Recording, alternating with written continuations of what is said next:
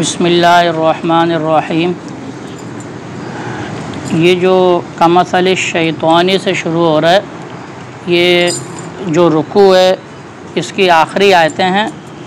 इसमें मुनाफिकीन की मिसाल दी गई है कि इन मुनाफिकीन की मिसाल उस शैतान की तरह है जो शैतान इंसान को कहता है कि तू काफिर हो जा, और फिर जब वो काफिर हो जाता है तो शैतान कहता है कि मैं तो तुझसे बरी हूँ और मैं अल्लाह ताला से डरता हूँ। तो अल्लाह रब्बुल इज़्ज़त ने फरमाया कि ये शैतान और ये इंसान, इन दोनों का ठिकाना दोज़ख की आग है। इसी तरीके से बनु नज़ीर ने यहूदियों को मुनाफिकीन ने बनु नज़ीर के यहूदियों से ये कहा कि तुम अल्लाह के रसूल सल्लल्लाहु अलैहि वसल्लम को इनकार कर दो, हम तुम्हारे साथ हैं, और अगर जंग हुई तो जंग भी करेंगे, हर हालत में तुम्हारे साथ रहेंगे। जब यहूदियों ने इनकार कर दिया और मुहासरे की नौबत आई, जंग की नौबत आई, तो कोई मुनाफिक मदद को नहीं पहुँचा। तो अल्लाह रब्बुल इज़्ज़त फरमा रहे हैं कि इन दोनों का ठिकाना, मुनाफिकों का भी और यहूदियों का भी, ये क्या है? जहन्नुम है। फरमाया कमसलिश शैतानी इज़ क़ाला लिल इंसानि कफ़ुर। इन मुनाफिकीन की मिसाल उस शैतान की तरह है, इज़ क़ाला, जब उसने इंसान से कहा, लिल इंसानी, इंसान से कहा, उकफुर, कि तू कुफ़र कर, काफिर हो जा। फलम्मा कफ़र, जब उसने कुफ़र कर लिया, वो काफिर हो गया, क़ाला, तो कहने लगा, इन्नी बरीउम मिनका, मैं तो तुझसे बरी हूँ, इन्नी अख़ाफ़ुल्लाह रब्बल आलमीन, बल्कि मुझे तो अल्लाह ताला का खौफ है, ये कहने लगा। अब ये जो आयत है, इस आयत में कुछ वाक़यात लिखे गए हैं जिसकी तरफ इशारा किया गया है। मिसाल के तौर पे सूरतुल अनफ़ाल की जो आयत है, जिसमें अल्लाह रब्बुल इज़्ज़त ने ये ज़िक्र फरमाया था कि जब ग़ज़वा बदर के मौके पे दोनों लश्कर आमने सामने थे, तो ये इब्लीस भी किसी सरदार के रूप में वहाँ मौजूद था, इसके शयातीन भी लश्करियों के रूप में मौजूद थे, और उस वक़्त ये अबू जहल वगैरह को कह रहा था कि फ़िक्र नहीं करो, तुम गालिब रहोगे, मैं तुम्हारे साथ हूँ। और जब उसने फ़रिश्तों को उतरते हुए देखा, हज़रत जिब्राइल अमीन को देखा, तो एड़ियाँ फेर के वहाँ से भागा, और अबू जहल या जो भी सरदार था उसने उसको पकड़ा, भाई कहाँ जा रहा है, तू तो कह रहा था साथ हूँ। तो इसने उससे पीछा छुड़ाने के लिए उसके सीने पे हाथ मारा और उसको पीछे धक्का दिया, और कहने लगा कि जो मैं देख रहा हूँ वो तुम नहीं देख सकते। तो ये अल्लाह ताला फरमा रहे हैं कि इस तरीके से शैतान बाद में फिर भाग जाता है। इसी तरह बहुत सारे क़िस्से बनी इसराइल के भी जिक्र किए गए हैं, जिसके अंदर इस किस्म के वाक़यात पेश आए हैं। मिसाल के तौर पे तफसीर कुर्तबी, जो अरबी तफसीर है, उसके अंदर ये क़िस्सा लिखा है कि एक आबिद अपने इबादत गाह में इबादत करता था और तकरीबन 70 साल से वहाँ इबादत कर रहा था, और वहाँ ये भी लिखा है कि वो 10 दिन में एक बार इफ्तार करता था, यानी इस तरीके का पक्का इबादत गुजार था, रोज़ेदार था। तो शैतान ने बड़ी कोशिश की उसको बहकाने की। जब वो किसी तरह काबू में ना आया तो एक बड़ा ही मक्कार किस्म का शैतान, उसने ये ज़िम्मेदारी उठाई कि उसको मैं बहकाऊँगा। उसके बाद वो ख़ुद भी एक आबिद और नेक पारसा के रूप में उसके पास बैठ गया और इबादत करने लगा, और इतनी कसरत से इबादत की कि वो आबिद भी सोचने लगा कि ये कोई नया इबादत गुजार कितना अच्छा है, मुझसे भी ज़्यादा कर रहा है। आखिर इस आबिद की इसके साथ, शैतान के साथ दोस्ती हो गई। करते करते शैतान ने इसको कहा, आबिद को कहा कि मैं तुम्हें कुछ कलिमात सिखाता हूँ, वो कलिमात पढ़ के जिसको भी दम करोगे वो ठीक हो जाएगा, जो बीमारी उसको होगी बेहतर हो जाएगा। अब इस शैतान ने कुछ कलिमात उस आबिद को सिखा दिए, गोया उसको इबादत से यहाँ लगाना शुरू कर दिया, और लोगों पे ख़ुद शयातीन को सवार कर देता, और लोग आते कि मेरे सर में दर्द, बुखार, इसको फोड़े, इसको ये आबिद दम करता तो वो शयातीन हट जाते, ठीक हो जाता, और इस तरीके से काफ़ी खलकत जमा हो गई। फिर इस शैतान ने एक नई चाल ये चली कि वहाँ का जो कोई अमीर था, उसकी खूबसूरत लड़की थी, उसके ऊपर ऐसे सवार होकर कोई बीमारी लगा दी, और उनको ये पता बता दिया कि फ़ना आबिद के पास जाएँ, उसका दम बहुत चलता है। अब जब वो लड़की पास आई तो इस आबिद ने दम किया, तो वो लड़की ठीक हो गई। अब हर बार जब ऐसा हुआ और शैतान यूँ ही करता, तो आखिर ऐसा हुआ कि आबिद को इसी शैतान ने बहका के उस लड़की के साथ ज़िना में मुब्तला कर दिया। ज़ाहिर सी बात है कि इबादत का नूर ख़त्म हो गया। अब जब खलकत की तरफ लोग जाएंगे तो फिर गुनाह ही होंगे। अब जब ज़िना में मुब्तला कर दिया तो उस वक़्त लोगों को पता चला, लोगों ने उसकी इबादत गाह भी मिसमार कर दी और बादशाह के पास ले गए, और बादशाह ने उसको फांसी देने का ऐलान किया। जब उसको फांसी दी जा रही थी उस वक़्त ये शैतान उसके पास आया और कहा, मुझे पहचानते हो, मैं कौन हूँ? आबिद का बुरा हाल था, पहले ही परेशान था कि इतने गुनाह भी हो गए, अब मरने जा रहा हूँ। कहने लगा नहीं, कहने लगा मैं वही आबिद हूँ, तेरे साथ इबादत करता था, मैं असल में शैतान हूँ। तो अब आबिद कहने लगा अब मैं क्या करूँ, मुझे इधर से कैसे निकालेगा, मुझे निकाल भी। तो शैतान कहने लगा एक शर्त है, मुझे सजदा कर ले, यानी अल्लाह ताला से कुफर कर ले, काफिर बन जा, मैं तुझे निकाल लूँ। उस आबिद ने इंतहाई यानी जो हरास का आलम होता है, खौफ का आलम, उसको सजदा कर दिया, यानी काफिर हो गया। और फिर वो शैतान वहाँ से भागा, कहने लगा कि मैं तो तुझसे बरी हूँ, मैं अल्लाह से डरता हूँ।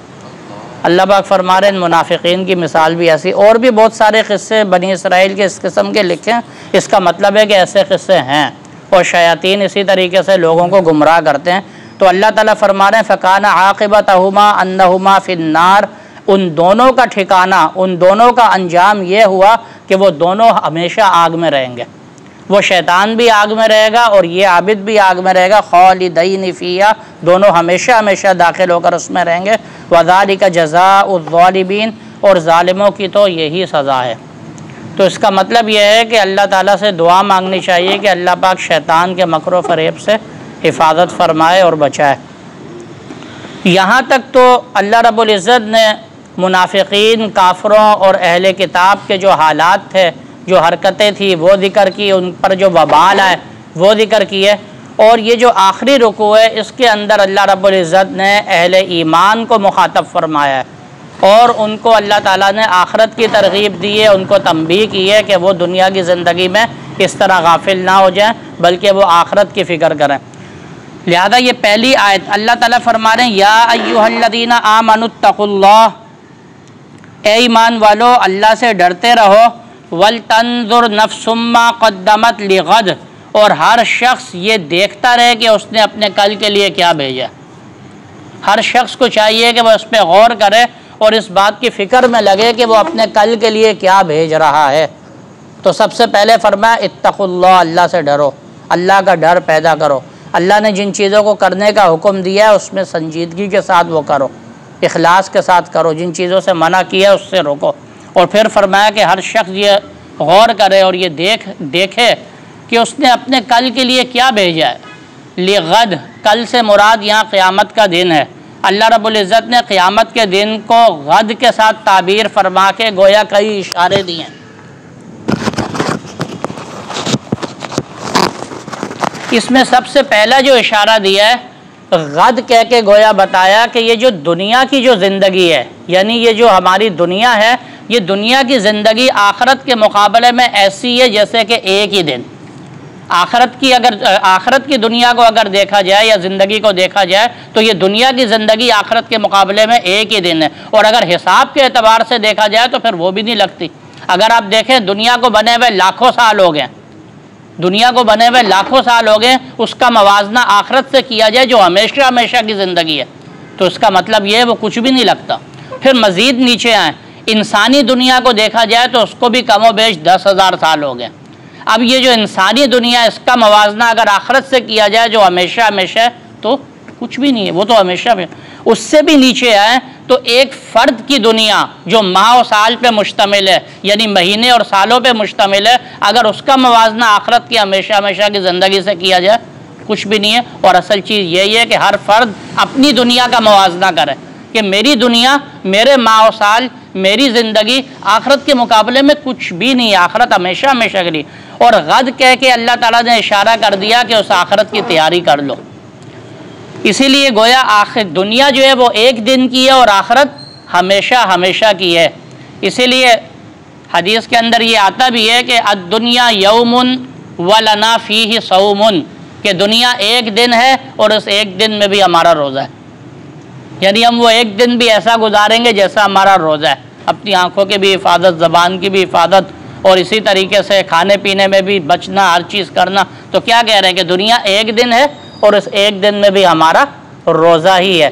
तो इसका मतलब यह है कि ये दुनिया की ज़िंदगी आखिरत के मुकाबले में कुछ भी नहीं है। दूसरा, गद कह के इशारा किया, जैसे कल का आना यकीनी होता है, इसी तरह आखिरत का आना भी यकीनी है।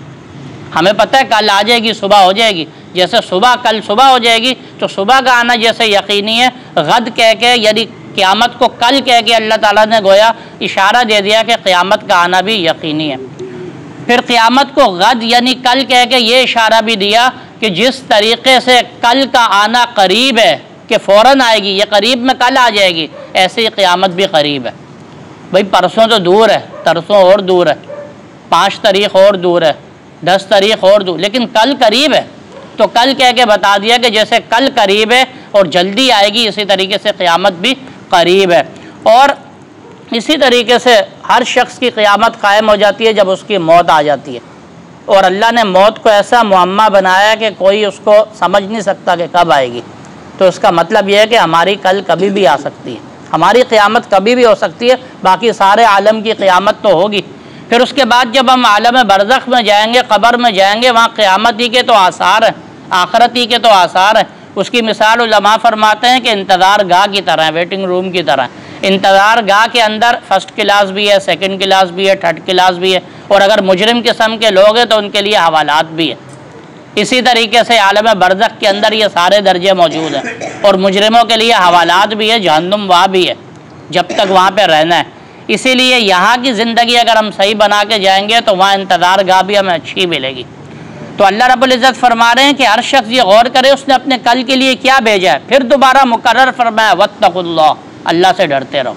शुरू में भी फरमाया या अय्युहल्लज़ीना आमनुत्तकुल्लाह, ऐ ईमान वालो अल्लाह से डरो। फिर दोबारा फरमाया वत्तकुल्लाह, अल्लाह से डरते रहो।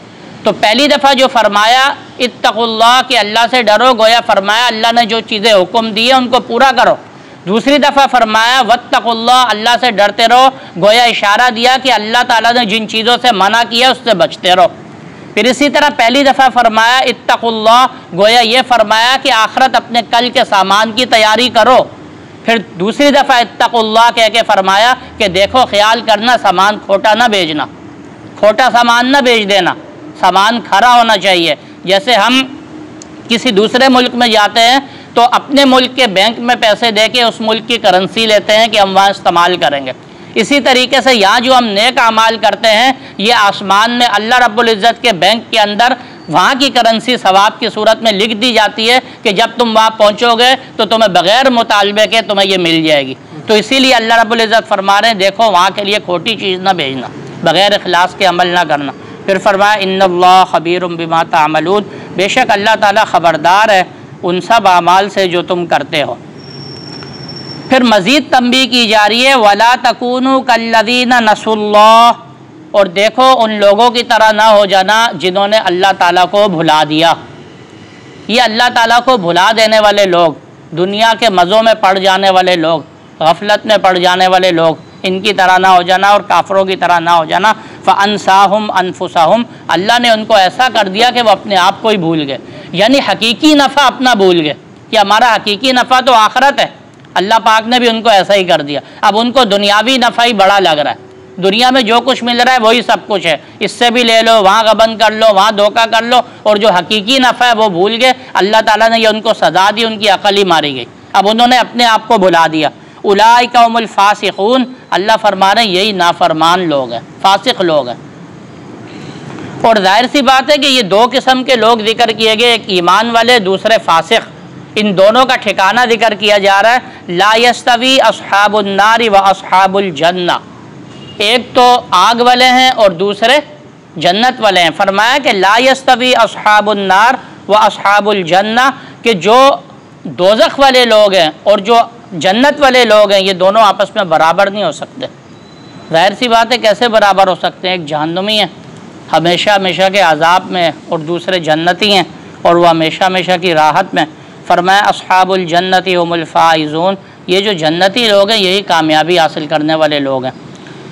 और फिर आगे अल्लाह रब्बुल इज़्ज़त ने इस कुरान करीम की मिसाल बयान फरमाई है, यानी कि ये जो अल्लाह ताला का कलाम है जो पढ़ा जा रहा है इसकी मिसाल अल्लाह ताला बयान फरमा रहे हैं कि लौ अनज़लना हाज़ल कुरआन अला जबल, कि अगर हम इस कुरान करीम को किसी पहाड़ पर नाजिल कर देते, लरअयतहु, तो ए मुखातब तुम इसको देखते, खाशिअन मुतसद्दिअन मिन खशियतिल्लाह, खाशिअन के दब जाता, मुतसद्दिअन और फट जाता, मिन खशियतिल्लाह अल्लाह ताला के खौफ से।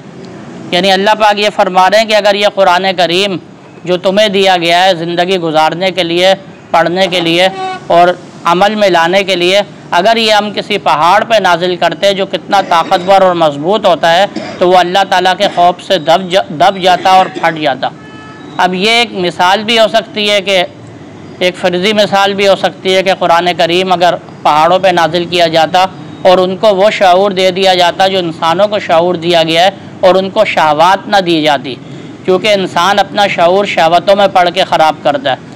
तो शहवात ना दी जाती, सिर्फ शऊर दे दिया जाता, तो ये पहाड़ अल्लाह ताला के खौफ से दब जाते और फट जाते। गोया इंसान को बताया गया कि तुम अपने शऊर को लाशऊर बेशऊर ना बनाओ, कि शहवात में पढ़ के तुम अपने शऊर को ख़त्म कर दो और कुरान करीम का कोई असर ही ना हो। हालांकि कुरान करीम का इतना असर है कि पहाड़ भी फट जाए।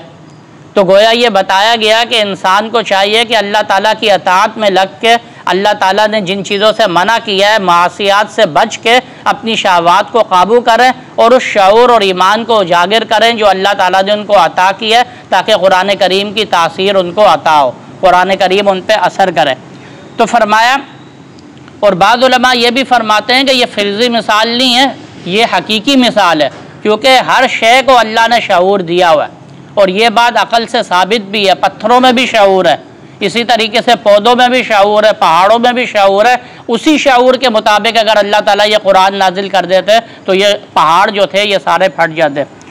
फरमाया वतिलकल अमसालु नज़रिबुहा लिन्नास, और हम ये मिसाल लोगों के लिए बयान करते हैं, लअल्लहुम यतफक्करून, ये इसलिए नहीं बयान करते कि लोग सुने और भूल जाएं, बल्कि इसलिए बयान करते हैं ताकि वो उसमें खूब गौर व फिक्र करें। अल्लाह ताला अमल करने की तौफीक अता फरमाए।